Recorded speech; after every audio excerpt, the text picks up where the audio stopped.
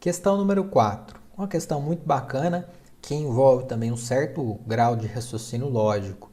Ele diz o seguinte: quando o índice de liquidez corrente é igual a 1,5, podemos afirmar que.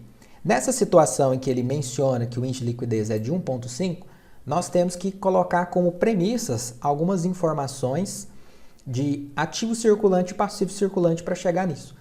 Entendendo que a liquidez corrente é de 1,5, nós imaginamos que os meus ativos é 50% maior do que os meus passivos. Então, nessa situação, apenas como exemplo, para a gente concluir realmente se eu chego nesse índice de 1,5, eu vou colocar os meus ativos como 150 circulantes, tá? E os meus passivos circulantes como 100. Quando eu faço essa divisão, ativo sobre passivo, eu verifico que de fato dá 1,5, ou seja, de fato meus ativos eles são 50% maiores que os meus passivos. Então, cumpriu o enunciado que ele menciona. Uma vez que eu entendi isso, eu posso fazer a leitura das demais informações ou afirmativas para verificar o que é verdadeiro ou falso. Na alternativa A, ele fala o seguinte: não existe capital circulante líquido. Qual que é o conceito de capital circulante líquido? Matematicamente, é a diferença de ativo circulante com passivo circulante. Então, quando eu faço essa diferença, monetariamente existe sim um capital circulante líquido, nesse exemplo de R$50.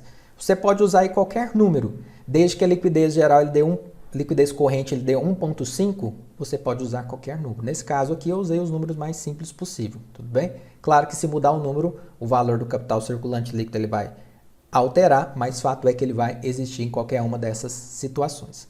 Na alternativa B ele fala o seguinte: o capital circulante líquido ele é 1/3 do ativo circulante, ou seja, o quanto que esse valor ele representa, né, o capital circulante líquido, do total do ativo circulante. Então é como se fosse uma participação, uma análise vertical. Para isso, eu vou pegar os 50, que é o capital circulante líquido, e vou dividir pelo ativo circulante, para saber se realmente ele é 1/3, se ele representa isso. Quando eu faço essa divisão, ele dá 0,333333. Esse valor aqui é a mesma coisa que pegar, olha só, vou colocar aqui ao lado, 1 dividido por 3. Dá 0,3333, ou 33,33%, né? Que é 1/3 daquela parte, né? Numa dízima representada.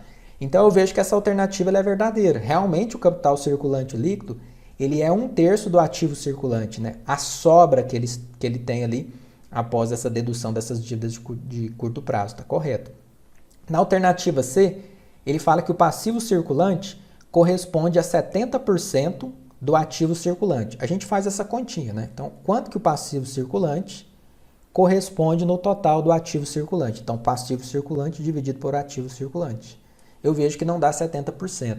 Eu vejo que dá 0,6666, dá uma dízima aqui também, que seria 66% aproximadamente. Então, essa alternativa ela está invalidada. E na D, ele fala que o ativo circulante é 5 vezes maior que o passivo circulante. Na verdade, eu vejo que o ativo circulante ele é apenas 50% maior. Ele é 1,5, né? Senão o índice de liquidez ele seria 5, né? E não 1,5. Então, aqui está errado também. E aí, ele fala que o capital circulante líquido é 1/5 do ativo circulante. Isso não é verdade. A gente já confirmou que, na verdade, essa informação ele é 1/3. Então, esse é um exercício que envolve tanto o conceito de liquidez corrente, quanto envolve também algumas suposições de informação de ativo circulante e passivo circulante para a gente poder responder essa alternativa. Ou seja, de certa forma, coloca um pouco de raciocínio lógico nessa questão.